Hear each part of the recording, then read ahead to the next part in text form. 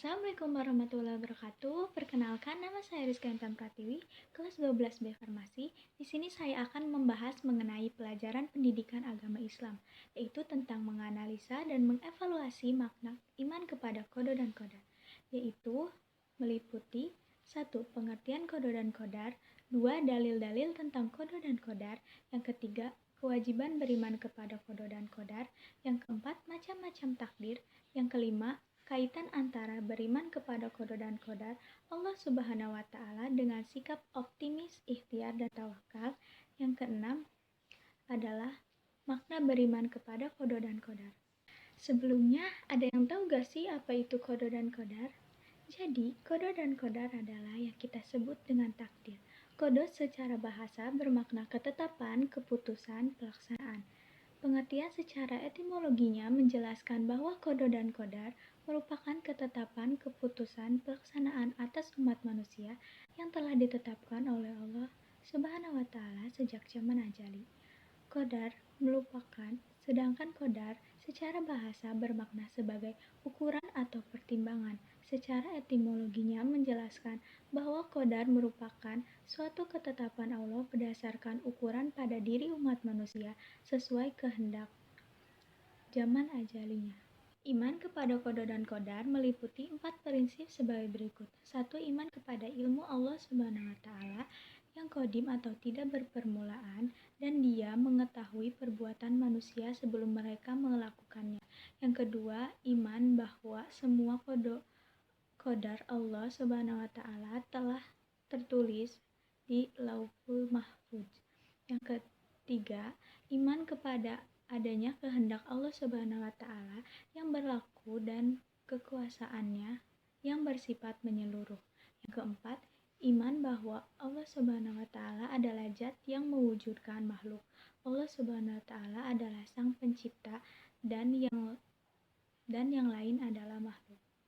Dalil-dalil tentang qada dan qadar. Allah Subhanahu wa taala menjelaskan tentang qada dan qadar melalui firman-firman-Nya dan juga dalam beberapa hadis Rasulullah SAW di antaranya menyatakan hal-hal berikut. 1. Dalil Al-Qur'an. Sesungguhnya kami menciptakan segala sesuatu menurut ukuran atau takdir.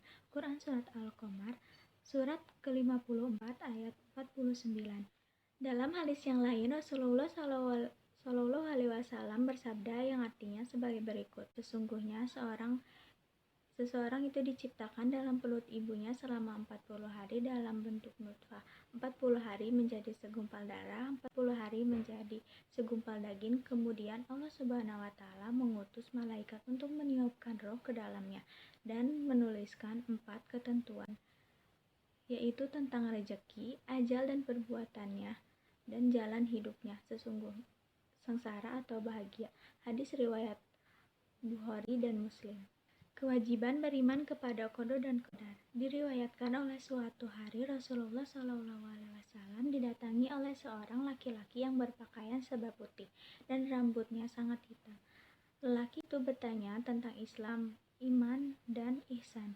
Tentang keimanan, Rasulullah SAW menjawab, yang artinya hendaklah engkau beriman kepada Allah Subhanahu wa taala, malaikat-malaikat, kitab-kitab, rasul-rasulnya, dan hari kiamat, dan beriman kepada qada dan qadar atau takdir yang baik ataupun takdir yang buruk. Hadis riwayat Muslim. Yang keempat, macam-macam takdir. Takdir itu ada 2. 1. Takdir mu'alaq, yang kedua ada takdir mubrom.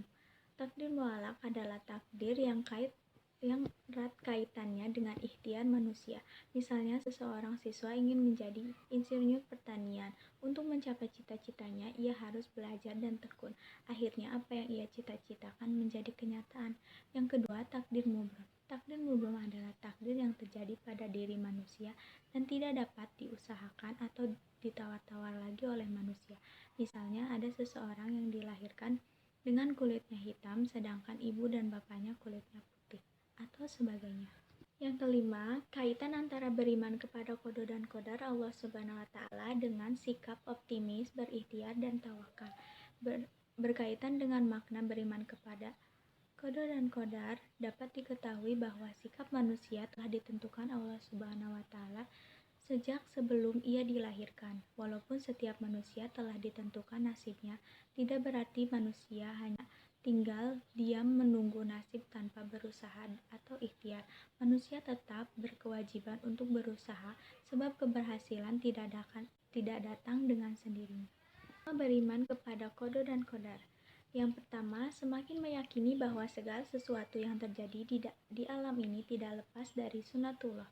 Yang kedua, semakin termotivasi untuk senantiasa berikhtiar atau berusaha lebih giat lagi dalam mengerjakan cita-citanya. Yang ketiga, meningkatkan keyakinan akan pentingnya peran doa bagi keberhasilan sebuah usaha. Yang keempat, meningkatkan optimis dalam menata masa depan dengan ikhtiar dan bersungguh-sungguh dan sebagainya. Cukup sekian video dari saya kali ini, semoga bermanfaat. Assalamualaikum warahmatullahi wabarakatuh.